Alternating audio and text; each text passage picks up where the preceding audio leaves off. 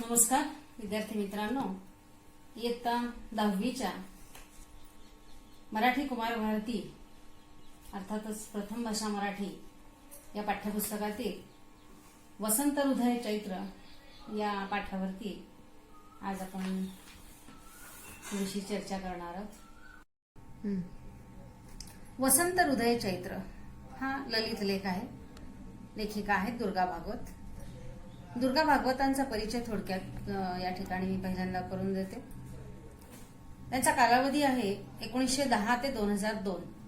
हे जवळजवळ 98 वर्षांचं आयुष्य त्यांना लाभलेलं होतं। संशोधन आणि साहित्य क्षेत्रात रमणाऱ्या शब्दवेड्या दुर्गा भागवत यांचा परिचय करून देत असताना एक संशोधिका आणि साहित्य क्षेत्रामध्ये आपला स्वतंत्र ठसा उमटवणाऱ्या लेखिका म्हणून ज्यांची ओळख आहे त्या दुर्गाबाई भागवत। ऋतुचक्र, व्यासपर्व आणि पैस सारख्या अत्युच्च लेखनाची शिखरे ज्यांच्या लेखणीतून पाझरली अशा लेखिका म्हणजे दुर्गाबाई भागवत। ललित लेखन, समीक्षा लेखन, बालसाहित्य लेखनाबरोबरच कथा, वैचारिक माहितीपर लेखन त्यांनी केलेलं आहे। लोकसाहित्य, बौद्ध साहित्यही त्यांनी लिहिलेलं आहे। लोकसाहित्याबरोबरच समाजशास्त्र, बौद्ध वाङ्मय यांचा अभ्यास ललित लेखिका गाढ व्यासंग, सूक्ष्म निरीक्षण शक्ती, भावोत्कटता, चिंतनशीलता आणि संवेदन प्रधान भाषा ही त्यांच्या लेखनाची वैशिष्ट्ये होत। त्यांना फ्रेंच, जर्मन, इंग्रजी, संस्कृत, पाली या भाषा तर अवगत होत्याच, पण संशोधनाच्या निमित्ताने ज्या आदिवासी भागामध्ये त्यांचं हिंडणं झालं, फिरणं झालं, राहणं झालं, त्यांचा संवाद झाला, तिथल्या आदिवासी भाषा सुद्धा बऱ्याच त्यांना अवगत होत्या। सुस्पष्ट प्रामाणिक विचार, छोटी छोटी वाक्य, नादमय शब्द, अर्थातील सुबोधता, सूक्ष्म निरीक्षण, भावोत्कटता, चिंतनशीलता, संवेदना प्रधान भाषा ही त्यांच्या लेखनाची वैशिष्ट्ये। दुर्गा भागवताच्या संदर्भामध्ये त्यांनी आयुष्याकडे मागे वळून पाहताना त्या असं म्हणतात एका ग्रंथामध्ये, एक एक टाका घालता घालता आयुष्याचं महावस्त्रच विणून झालं आणि अशा सुंदर महावस्त्राची वीण ज्यांनी घातली त्या दुर्गाबाई भागवतांचं आयुष्य खरंच खूप प्रेरक होतं। त्या संशोधनासाठी जंगलात फिरल्या, आदिवासींचा अभ्यास केला, त्यांच्या भाषा शिकल्या। एकदा तर अक्षरशः त्यांना जंगलामधल्या एका विषारी प्राण्यांचा दंश झाला आणि विषबाधा सुद्धा झाली होती। अशा त्या अवस्थेमध्ये सुद्धा त्यांनी अभ्यास करणं सोडलं नाही। आयुष्यभर माणसाचा आणि जंगलाचा वेध घेणाऱ्या त्या दुर्गाबाई भागवत। त्यांचा महत्वाचा ग्रंथ ऋतुचक्र। ऋ किंवा ऋतू म्हणजे फिरता काळ। फिरता काळ सृष्टीला कवटाळणारा, हर घटके लासवणारा, रडवणारा, नटणारा, ऊन सावली देणारा, सुख दुःखानंतर ऊन सावलीचा खेळ जसा आयुष्यामध्ये येतो तशाच प्रकारचं हे ऋतुचक्र आयुष्याचं सुद्धा त्यांनी त्या ग्रंथामध्ये मांडलेलं आहे। एकांतात असताना सुद्धा त्यांचं लेखन कसं फुलायचं या संदर्भामध्ये त्या म्हणतात की लेखन ही सुद्धा वेलीसारखी आहे। लेखनाला ते वल्लरी असं म्हणतात। वल्लरी म्हणजे वेल। ही वल्लरी एकांतात फुलते असंही त्या म्हणतात। प्रत्येक ऋतूचा आपापला एक स्वभाव असतो। या ऋतूपैकी वसंत ऋतूचं त्यांचं निरीक्षण खूप सुंदर, खूप मोहक असं आहे। 6 ऋतूंचे 6 सोहळे येथे भान हरावे असे मंगेश पाडगावकरांनी सुद्धा म्हटलेले आहे। मुलांनो, 6 ऋतू म्हटलं की तुमच्या मनामध्ये गोंधळ निर्माण होतो, कारण मुख्य 3 ऋतू तुम्हाला माहिती आहे, उन्हाळा, पावसाळा आणि हिवाळा। पण 6 उपऋतू कोणत्या महिन्यामध्ये कोणता येतो याचा थोडासा गोंधळ होतो तुमचा, आणि म्हणून या ठिकाणी सांगते, चैत्र आणि वैशाखामध्ये वसंत ऋतू असतो, ज्येष्ठ आणि आषाढामध्ये ग्रीष्म ऋतू असतो. श्रावण आणि भाद्रपदामध्ये वर्षा ऋतू असतो. अश्विन आणि कार्तिक ऋतूमध्ये शरद ऋतू असतो. मार्गशीर्ष आणि पौष महिन्यामध्ये हेमंत ऋतू असतो आणि माघ आणि फाल्गुन महिन्यामध्ये शिशिर ऋतू असतो. हे 6 ऋतू आपापला स्वभाव घेऊन माणसाच्या मनावरती आणि निसर्गावरती गारुड निर्माण करत असतात. त्यापैकी या 6 ऋतूपैकी आपल्याला वसंत ऋतूचा अभ्यास या पाठामध्ये करायचा आहे. खरं तर ऋतूंचा स्वभाव असतो हे ऐकल्यानंतर तुम्हाला नवल वाटेल, कारण व्यक्ती तितक्या प्रकृती आणि प्रवृत्ती असं म्हणतात. प्रत्येक माणसाचा स्वभाव असतो तसा प्रत्येक ऋतूचा, आणि अनेक कवींना प्रत्येक ऋतूंनी गवसणी घालण्याचा प्रयत्न केलेला आहे. कारण ऋतूची ओढ काव्यातून व्यक्त करायची, काव्यात्म ओढ रसिकाला आणि कवीला लागल्याशिवाय राहत नाही. आणि म्हणून श्रावणावरती जशी कविता असते तशीच शिशिरावरती कविता असते, शरदावरती कविता असते. वसंत ऋतू तर प्रत्येकाला आवडतच असतो. अशा या वसंत ऋतूच्या संदर्भामध्ये थोडंसं या ठिकाणी मी बोलू इच्छिते. ईश्वराचा चैतन्यदायी स्पर्श ज्या ऋतूवर होतो तो ऋतू म्हणजे वसंत.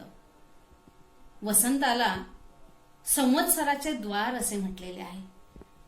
नवनव उन्मेष चेतवणारा वसंत हा सृष्टीचा खरा निर्माता आहे.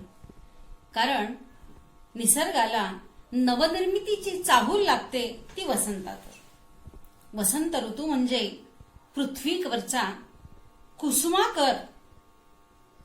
वसंत ऋतू म्हणजे मधुमास, आणि या पृथ्वीवरचा कुसुमाकर म्हणजे वसंत ऋतू तो मीच आहे असं भगवद्गीतेमध्ये भगवान श्रीकृष्णाने सुद्धा म्हटलेलं आहे. उदासपणाची मळभ दूर करणारा आश्वासक ऋतू म्हणजे वसंत. या वसंताच्या संदर्भामध्ये एक सुभाषित असं सांगितलं जातं, काक कृष्ण पिका कृष्ण को भेदयो काक पिका, वसंत समयो प्राप्ते काक काक पिका पिका. मुलांना याचा अर्थ असा आहे, दिसायला कावळा आणि कोकिळा दोघे सारखे दिसतात, परंतु दोघांची ओळख काय आहे तर त्यांचा आवाज. दिसायला सारखं असणं हे निसर्गाचं एक रूप, पण आवाजामधलं वेगळेपण असणं हे निसर्गाचं वेगळं रूप. आणि म्हणून कावळा ओरडत असताना आपण त्याला थोडंसं नाकं मुरडतो, पण कोकिळा जेव्हा तिचं पूजन करते तेव्हा मात्र प्रत्येकाचे कान त्या आवाजाकडे टवकारले जातात. ऐकायला गोड वाटतो तो आवाज. कोकिळा गात असते, कोकिळ गातो. तर अशा या कोकिळाच्या आवाजाचा मोह प्रत्येकाला झालेला असतो. आणि अशा या वसंत ऋतूच्या वैभवाचं वर्णन या पाठामध्ये दुर्गा भागवतांनी केलेलं आहे. या पाठाची सुरुवातच इतकी सुंदर केलेली आहे की फाल्गुन, चैत्र आणि वैशाख हे 3 महिने वसंताच्या पुष्पमुद्रेचे चिन्ह लिहिलेले असे महिने आहेत. खरं तर 3 महिने या ठिकाणी एक साधारण सुरुवातीचा कालावधी म्हणून शिशिर ऋतूतील फाल्गुन मास आणि जिथून होळीपासून या खऱ्या अर्थानं या वसंतोत्सवाला सुरुवात होते असं दुर्गाबाई भागवतांना सांगायचंय. कारण 2च महिने जरी असले तर सुरुवातीचा एक महिना या ठिकाणी त्यांनी घेतलेला आहे. कारण या वसंताच्या आगमनाची चाहूल निसर्गाला लागते आणि तेव्हा खऱ्या अर्थानं चैत्र महिन्याला सुरुवात होते. आणि चैत्र महिना हा आपला पहिला मराठी महिना आहे. चैत्र महिन्यामधला गुढीपाडवा ही आपली खरी वर्षाची सुरुवात आहे. आणि म्हणूनच वसंताला, वसंत ऋतूला संवत्सराचे द्वार म्हटलंय. संवत्सर म्हणजे वर्ष. दरवाजा जर इतका सुंदर असेल, द्वारच इतके मोहक असेल, इतके आकर्षक असेल, इतका उत्साहवर्धक असेल तर वर्ष सुंदर जाणार नाही तर काय होणार. म्हणून पाडव्याला आपण वर्षाची सुरुवात म्हणून दारामध्ये गुढ्या तोरणं बांधतो. छान छान आंब्याच्या डहाळ्यांची तोरणं बांधून त्या दिवशी गोडाधोडाचं जेवण करून चैत्र मासाची सुरुवात झाली आणि तिथून खऱ्या अर्थानं नवीन वर्षाची सुरुवात झाली म्हणून आपण आनंदोत्सवाला सुरुवात करतो. आणि हा चैत्र महिना, संपूर्ण महिनाच हा खरा वसंतात्मा आहे, मधुमास आहे. ज्ञानेश्वरीमध्ये संत ज्ञानेश्वरांनी सुद्धा किती सुंदर वर्णन केलं पहा मुलांनो. जैसे ऋतुपतीचे द्वार, मनश्री निरंतर, ओळगे फळभार लावणेसे. वठलेल्या वृक्षाला कोणी महत्व देत नाही. अर्थातच त्याच्यापासून एक फर्निचर होईल किंवा आणखीन काही त्याच्यासाठी उपयोग म्हणून वापरला जाईल, पण हिरव्यागार फळा फुलांनी बहरलेल्या, भरलेल्या, भारलेल्या, डवरलेल्या वृक्षाचा मोह कोणाला होणार नाही. फळांनी ओझं वाहणारं झाड सुद्धा प्रत्येकाला आवडत असतं, कारण त्या झाडाला ओझं होत असतं, पण त्या फळाचा आस्वाद प्रत्येक जण घेण्यासाठी प्रयत्न करत असतो. आणि त्या फळामुळं त्या झाडाला सौंदर्य प्राप्त झालेलं असतं, फुलामुळं त्या वेलीला सौंदर्य प्राप्त झालेलं असतं. फळ आणि फूल विरहित वृक्ष कोणालाही आवडत नसतं. आणि म्हणून निसर्ग सुद्धा बहरतो तो याच काळामध्ये. नवनव उन्मेष शालिनी अशी ही धरा, वसुंधरा, पृथ्वी आपलं वेगवेगळे रूप या ठिकाणी दाखवत असते. ऋतुपतीच्या द्वारी वनश्रीचे म्हणजे नवपल्लवांनी गर्द झाकलेल्या फुलांनी डवरून गेलेल्या वृक्षलतांचे दर्शन या फाल्गुनात घडते. फाल्गुन नंतर येणारा चैत्र वैशाख हे दोन्ही महिने हा ऋतू वसंताचा काळ आहे. अगदी ऋग्वेदामध्ये सुद्धा, वेद काळामधल्या या पहिल्या ऋग्वेदामध्ये सुद्धा असं लिहिलंय की हा वसंत ऋतू म्हणजे मधुमास आहे. आणि त्या मधुमासाच्या संदर्भामध्ये एक श्लोक असा आहे की मधुवाता ऋतायन्ते मधु रक्षन्ति सिंधवा. तर असा एक श्लोक या ठिकाणी या वसंत ऋतूचं वर्णन करणारं सापडतं. याचा अर्थ असा आहे, वारा सुद्धा या काळामध्ये वाहणारा मधु असतो. मधु म्हणजे गोड असतो, मोहक असतो, सुंदर असतो, देखणा असतो, हवा हवासा वाटणारा असतो. आणि इतकंच नव्हे, वाहणारी जी नदी सुद्धा ही शांत संथ झालेली असते. ती सुद्धा आपलं गोड जल वाहत येऊन लोकांची तहान भागवावी अशा या गोडपणाला स्वीकार करणारा हा ऋतू आहे. आणि म्हणून याला मधुमास असंही म्हटलं असावं. तर या महिन्याचं सौंदर्य कशामध्ये आहे, तर ते फळामध्ये आहे, फुलामध्ये आहे, त्या फुलातल्या मधुरसामधला आहे. आता तो मधुकर जसा भुंगा त्या फुलामधला मध गोळा करतो, तशी माणसं सुद्धा फळा फुलांवरती तुटून पडत नाहीयेत का? आपण पण बघा ना, उन्हाळ्यामध्ये आंब्याच्या रसाचं जेवण म्हटलं की आमरसावरती तुटून पडतो. आणि अशा प्रकारे फुलातून, फळातून ज्या पद्धतीनं मधुरस बहरत असतो, तो मधुरस चाखायला प्रत्येकाला आवडत असतो. आणि म्हणून हा वसंत ऋतू प्रत्येकालाच मोहित करणारा आहे असं दुर्गाबाई भागवतांना सांगायचं आहे. खरं तर चैत्रातील निसर्ग अनुभवणे हा प्रत्येकालाच आनंद देणार आहे, कारण अतिशय मनोहारी असा हा वसंत ऋतू असतो. कारण वसंत हृदय जेव्हा म्हणतात, कारण हा आयुष्यातला तारुण्याचा काळ हा वसंत ऋतूच असतो.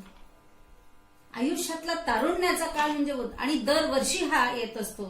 असा हा वसंत ऋतू प्रत्येकाच्या आयुष्यामध्ये काही काळ येत असतो. सकाळ, दुपार, संध्याकाळ, बालपण, तारुण्य आणि वार्धक्य अशा आयुष्यातले जे टप्पे असतात त्यातला तारुण्याचा काळ म्हणजे हा वसंत ऋतू आहे. इतकी सुंदर कल्पना अनेक साहित्यिकांनी आपल्या साहित्यातून मांडलेल्या आहे. असा हा चैत्र महिना, मधुमास, सुंदर आनंद देणारा काळ, उत्साह वाढवणारा काळ निसर्गामध्ये आपल्याला पावली दिसतो. आणि या संदर्भामध्ये काही उदाहरणं त्यांनी दिलेली आहेत. कारण दुर्गाबाई भागवत यांनी आदिवासी जंगलामधल्या नुसताच फेरफटका नाही, तर त्या जंगलामध्ये त्या राहिलेल्या होत्या. आदिवासी लोकांच्या समवेत त्यांचा सहवास होता. आणि मग वृक्षलता वेली, मुलांना तुम्ही पण आपल्या आजूबाजूच्या झाडांचं निरीक्षण करा, वृक्षांचं निरीक्षण, लता वेलींचं निरीक्षण करा. अगदी आपल्या दारातल्या तुळशीचं निरीक्षण करा. तुळस किती औषधी आहे, तुळशीचे काय उपयोग आहे. आत्ता तर हा सध्या लॉकडाऊनचा पिरियड आहे. आयुर्वेदाचं महत्व तुम्ही जाणतच आहात, नसेल तर जाणा. झाडाचं महत्व इतकं आहे. माझ्या पुस्तकामध्ये वृक्षाचे महत्व नावाचा एक निबंध आहे. वृक्षाचं जर रक्षण आपण केलं तर वृक्ष आपल्याला आपलं रक्षण करतील. त्याचे फायदे काय आहेत? तोटा एक पण नाहीये. पान, फळ, मूळ, खोड, म्हणजे अगदी मुळापासून ते फळापर्यंत प्रत्येक घटकाचा उपयोग ज्याचा होतो ते म्हणजे ते वृक्ष आहे. आणि अशा वृक्षांचं निरीक्षण आणि त्यांचा उपयोग मोठ्या प्रमाणामध्ये होणारी वृक्षतोड थांबलीच पाहिजे. वृक्ष संवर्धन करणं काळाची गरज आहे. पूर्वी एक विद्यार्थ्यांना सांगितलं जायचं की झाडं लावा, झाडं जगवा. आता तर त्या झाडं लावण्याच्या केवळ फोटोग्राफीसाठी झाडं लावा इतके उपक्रम महत्वाचे नसून त्या झाडांचं संगोपन करणं, जितक्या घरामधल्या माणसांची काळजी आपण घेतो त्याच्यापेक्षा निसर्गाची काळजी आपण घेतली पाहिजे. आत्ता सुद्धा या 2-4 दिवसामध्ये पण तुम्ही पाहिलं असेल की गेल्या दोन महिन्यामध्ये माणूस बाहेर पडलेला नाहीये, तर निसर्ग स्वच्छ सुंदर झालाय. मुलांना तुम्ही वाचल्या असतील बातम्या की ओझोनच्या थराला पडलेलं जे कार्बन डायऑक्साईडचं भगदाड आहे ते सुद्धा कमी झालंय. म्हणजे ऑक्सिजनचा थर वाढलेला आहे आणि जो प्रदूषक निर्माण करणारा जो वायू त्याचं प्रमाण कमी झाले. गंगा नदी स्वच्छ वाहतीये, नर्मदा स्वच्छ झालेली आहे, अगदी आपली चंद्रभागा सुद्धा जुळजुळू छान वाहती आहे. नद्या, ओढे, नाले स्वच्छ झालेत. अगदी रस्त्यावरच्या दुभाजकावरती सुद्धा फुलांनी माना छान डोलवायला सुरुवात केलेली आहे. वाऱ्यासंगे छान झोके घेत आहेत.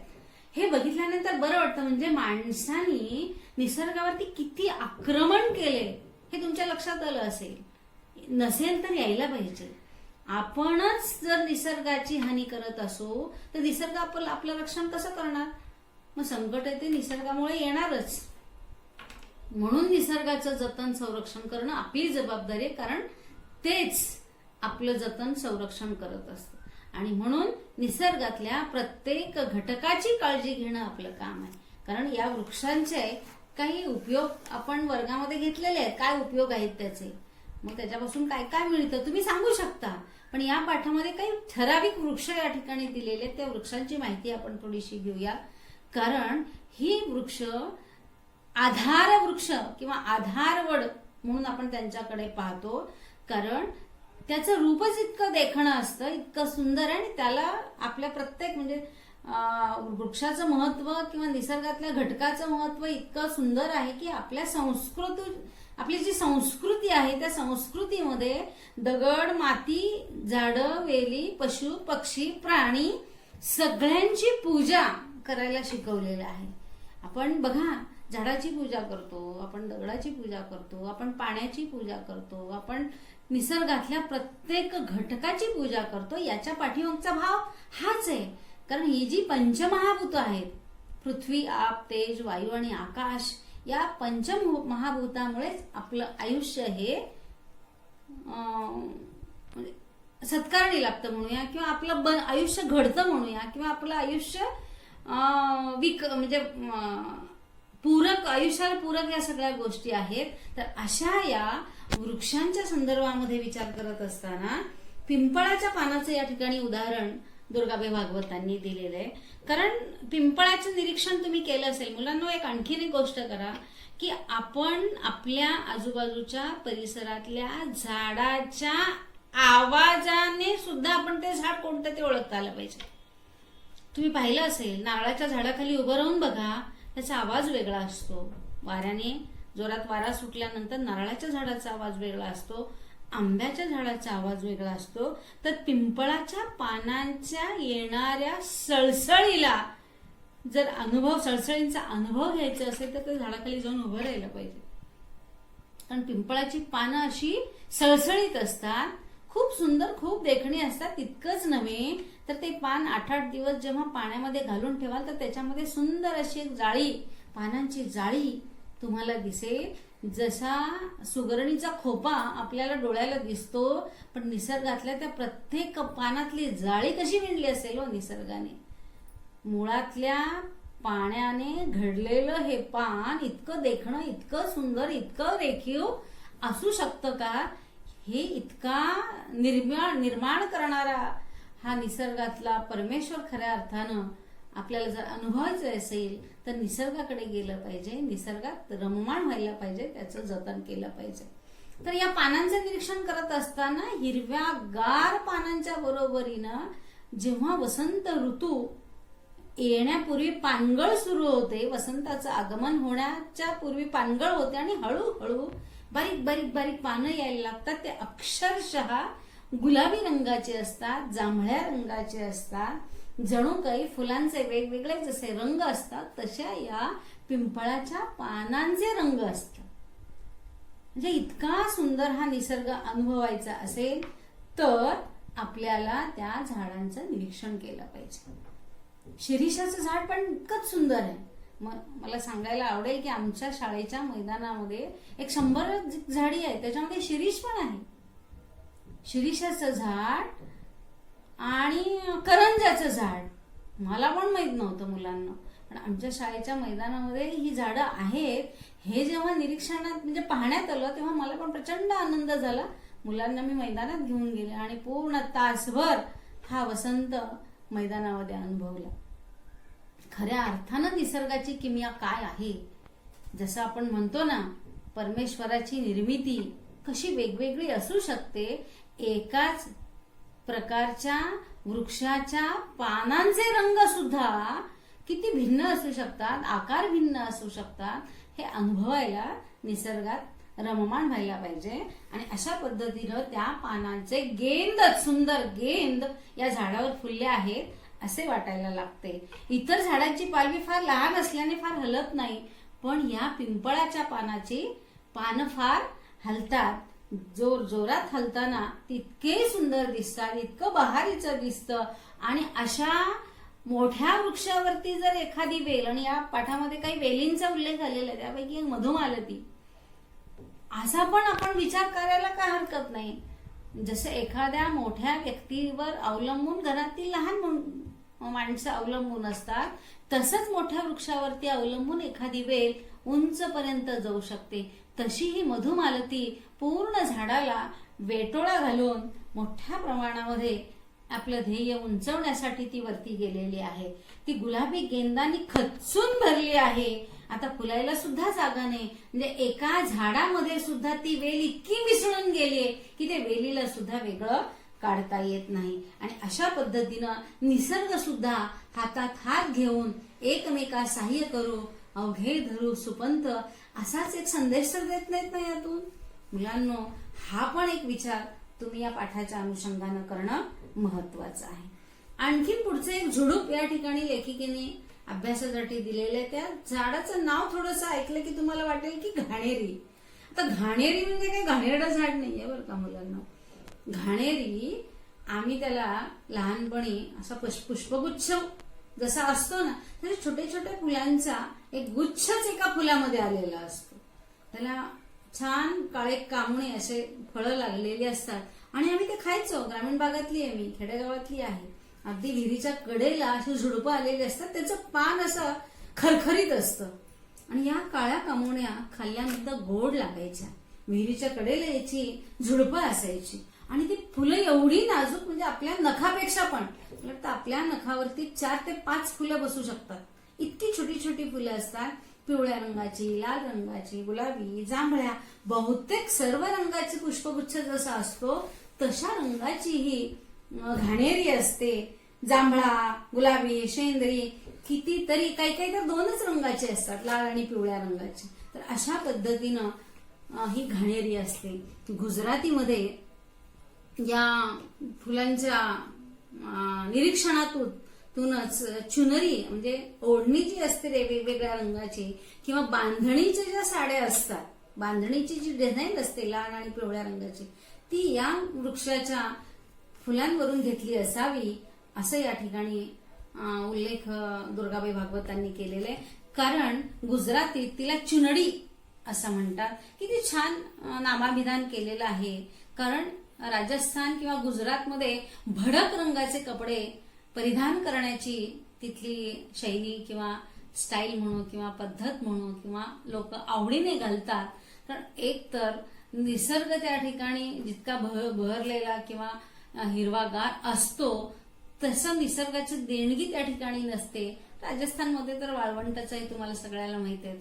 पण या झुडपामध्ये, कारण या झुडपाला पाणी कमी लागतं आणि ह्या पिवळ्या लाल रंगांनी भरलेल्या या घाणेरीच्या टोकावरच्या या फुलांचा मोह एखाद्या निर्मात्याला किंवा नवनिर्मिती करणाऱ्या म्हणजे सृजनशील कलावंताला झाल्याशिवाय राहत नाही. आणि म्हणून हे लोक अशा पद्धतीचे वस्त्र वापरत असावेत असाही उल्लेख या ठिकाणी दुर्गाबाई भागवतांनी केलेले आहे. कारण नैसर्गिक आविष्कारामध्ये असलेले मूळ प्रादेशिक भारतीय रंगांची अभिरुची असलेली मूळ रंग आणि हा मूळ रंग जर निसर्गात जर दिला असेल तर त्याचा आस्वाद कोणता कलावंत घेणार नाही. तर ते कलावंत घेताना आपल्याला दिसतं आणि त्याचा मोह प्रत्येकाला झाल्याशिवाय राहत नाही. असंही वर्णन या ठिकाणी पाठामध्ये केलेलं आहे. त्यानंतरचे 2 वृक्ष आपल्याला या ठिकाणी उल्लेख महत्वाचा आहे दुर्गाबाई भागवतांच्या दृष्टीने. फक्त माडाच्या झाडाची वैशिष्ट्ये किंवा त्याचं महत्व सांगितलंय, पण दुसरा वृक्ष आहे तर सुरमाड. आणि बऱ्याच विद्यार्थ्यांच्या लक्षात येत नाही की सुरमाड म्हणजे काय. आता माड आणि सुरमाड, माड म्हणजे नारळाचं झाड आणि सुरमाड म्हणजे नारळाच्या झाडासारखंच असतं पण त्याची उंची कमी असते, पानाचा आकार जाड असतो, लहान असतो आणि त्यालाच आपल्याकडे शिंदीचं झाड म्हणतात, ज्याच्यापासून दारू तयार केली जाते. आणि त्यामुळं सुरमाडाची माहिती या ठिकाणी दिली नसेल. सुरा म्हणजे दारू, सुरमाड म्हणजे त्याच्यापासून दारू तयार केली जाते. अशा प्रकारचे एक वृक्ष आणि ते फक्त वाळवंटी प्रदेशामध्येच, कारण कमी पाण्यामध्ये येणारे ते वृक्ष आहे. आणि म्हणून माडाची झाडं आणि एक दुसरं म्हणजे कोकणात समुद्राच्या काठेला येणारं नारळाचं झाड, प्रचंड पाण्यामध्ये अगदी समुद्राच्या कडेला सुद्धा नारळाची झाडी आपल्याला दिसून येते. एक कमी पाण्यामध्ये येणारं झाड आणि एक जास्त पाण्यामध्ये येणारं झाड. तर अशा या माडाची वैशिष्ट्ये आपण बघूया. सुरमाडाची जास्त माहिती आपल्याला या पाठामध्ये नाहीये. तर माडाची वृक्षे दर 12ही महिने हिरवी असतात, फळांनी भरलेली दिसतात. आणि खरं तर आपल्याला म्हणजे नारळ वापरतो आपण, अर्थात सत्कारासाठी वापरतो, देवासमोर फोडण्यासाठी वापरतो, छान हिरवं शहाळं आपण वापरतो. पण त्याचं फळ जे काही मूळ किंवा त्याचं जे फूल आहे ते आपण काही पाहिलेलं नसतं. ज्यांच्याकडे झाड आहे ते पाहिले असतील कदाचित. पण नारळाच्या फुलांचं वर्णन या ठिकाणी आलेलं आहे की नारळाची फुले ही म्हणजे त्याला गंध नसतो असं म्हणतात लेखिका, निर्गंध आणि टणक असतात. पण झाडाखाली पडलेल्या फुलांच्या राशीतून 4-2 फुले उचलून घेऊन जरा निरखून पाहिल्यास तो टणकपणा आपल्याला बोचणार नाही, कारण त्या पाकळ्या सुद्धा नंतर मऊ होतात, गुळगुळीत होतात असं त्या म्हणतात. आणि त्या स्पर्शाने बोटच जशी सुखावतात तसं मनही सुखावलं जातं असं त्या म्हणतात. तर त्या पाकळ्यांच्या गुळगुळीत स्पर्शाने बोटही सुखावतात. 3 पाकळ्यांच्या फिक्या पिवळ्या रंगाची ही फुले असतात. आत तशाच रंगाच्या केसरांची दाटी असते. 3 पाकळ्यांचा फुलांचा पेला पाहून त्यांच्या आकाराचे सौंदर्य पाहून तुम्ही मुग्ध झाल्याशिवाय राहणार नाही. तर एवढ्या मोठ्या प्रचंड नारळाचे हे फूल केवढे असते तर ते नखा एवढे असते. छोटसच फूल असतं, किती मोठं फळ देतं, पण म्हणजे आपल्या लक्षच जात नाही. आपण नारळाकडे बघतो पण त्याचं फूल नखा एवढं असतं, पण ते टणक असतं आणि नंतर ते कसं दिसतं याचंही वर्णन लेखिकेने या ठिकाणी केलेलं आहे. त्यानंतरचं वृक्ष आहे कडुनिंब. चैत्रातल्या गुढीपाडव्याला आपण कडुनिंबाच्या वृक्षाच्या फांदीचा, डाळीचा उपयोग करतो. कडुनिंब हे अमृत वृक्ष म्हणून ओळखलं जातं. कडुनिंबाचा प्रचंड उपयोग आहे. कडुनिंबाची पानं तर खाल्लीच पाहिजे, फुलं पण खाल्ली पाहिजे. फुलं किती सुंदर दिसतात माहितीये मुलांना. तुम्ही पाहिलं असेल तीळ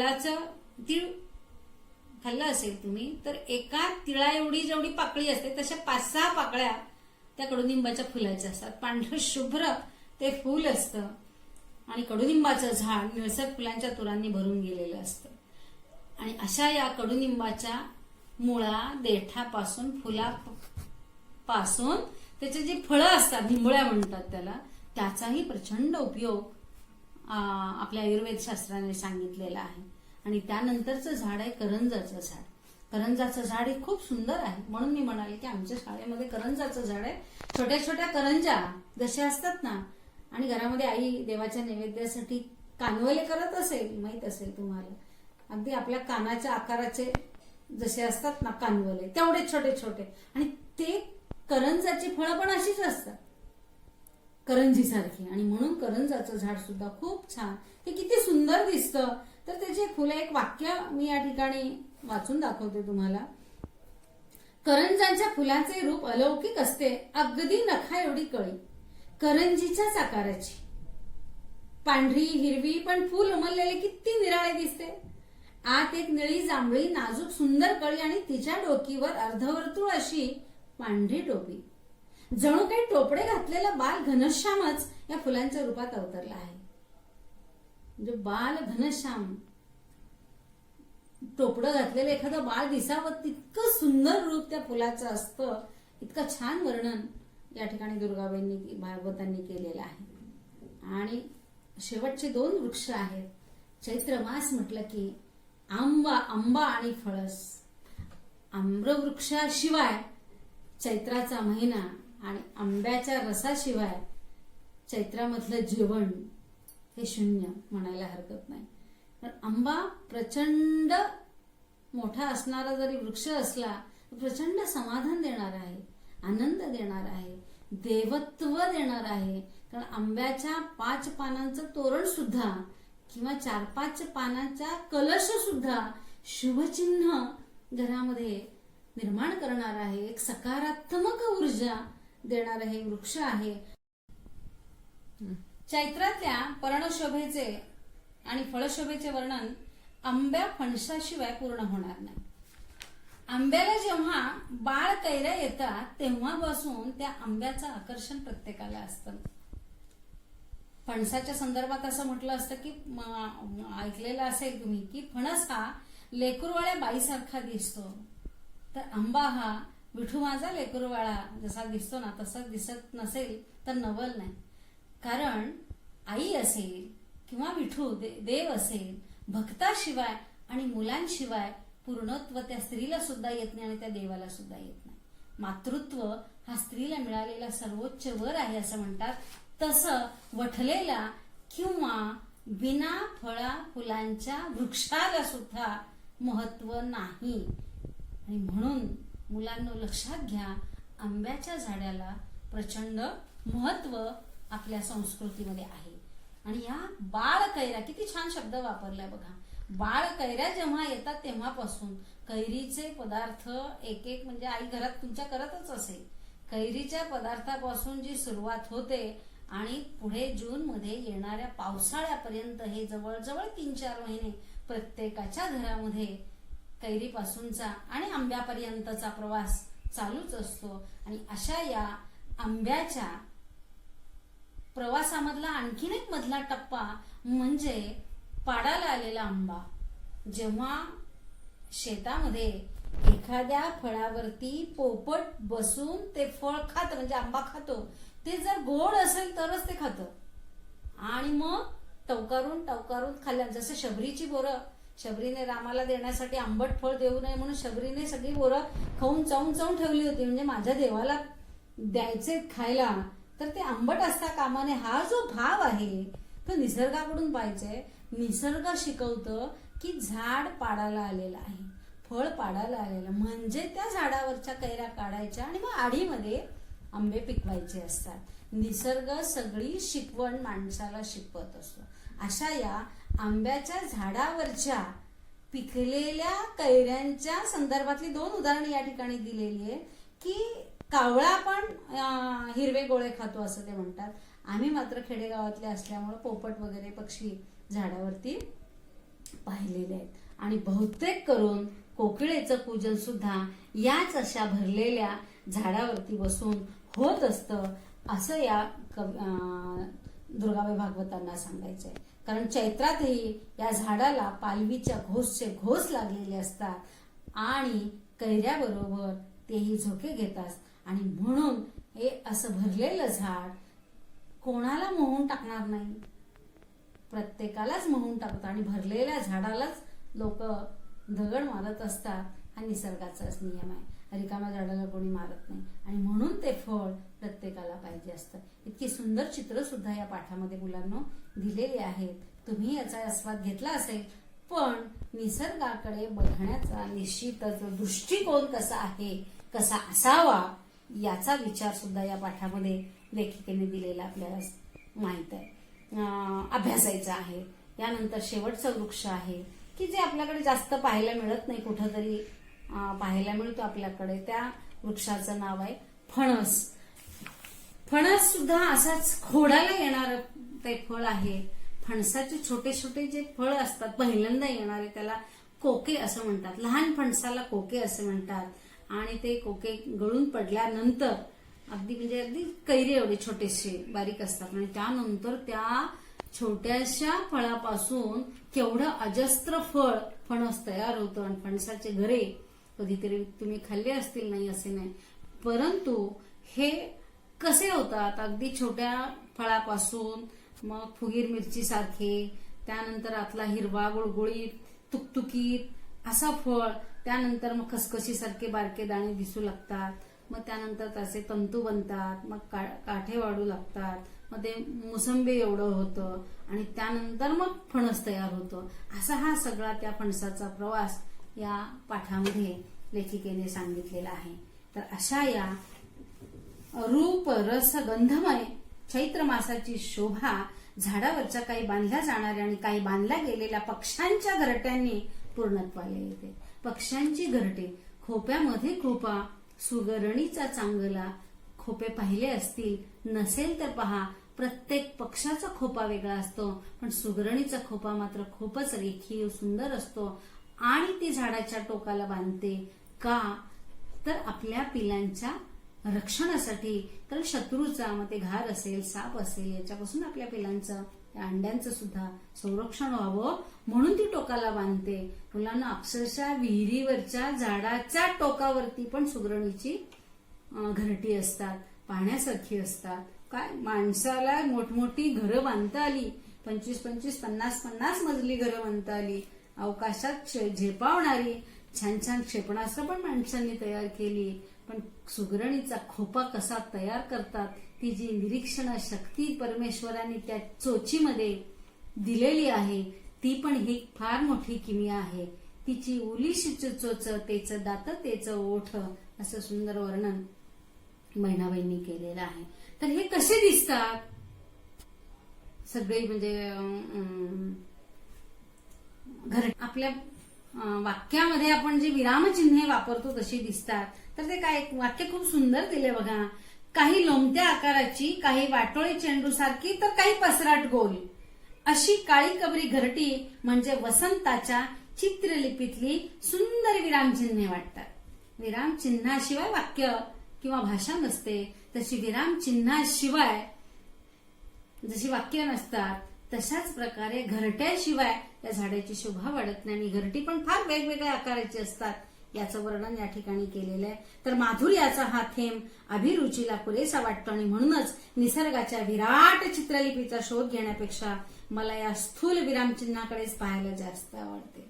विरामचिन्हाकडे पण म्हणजे झाडांचं तर निरीक्षण करायचंच आहे, झाडांचं तर संगोपन करायचंच आहे, पण त्या झाडाचा आसरा ज्यांना मिळतो त्या पक्ष्यांचं, पशु पक्षी प्राणी निसर्गाचंच अवलोकन करून त्यांचं जतन, त्यांचं संगोपन, त्यांचं संरक्षण, त्यांना सुद्धा या अवकाशामध्ये झेप घेण्यासाठी आसरा देणारे हे जे झाड आहे त्याचं जतन करावं.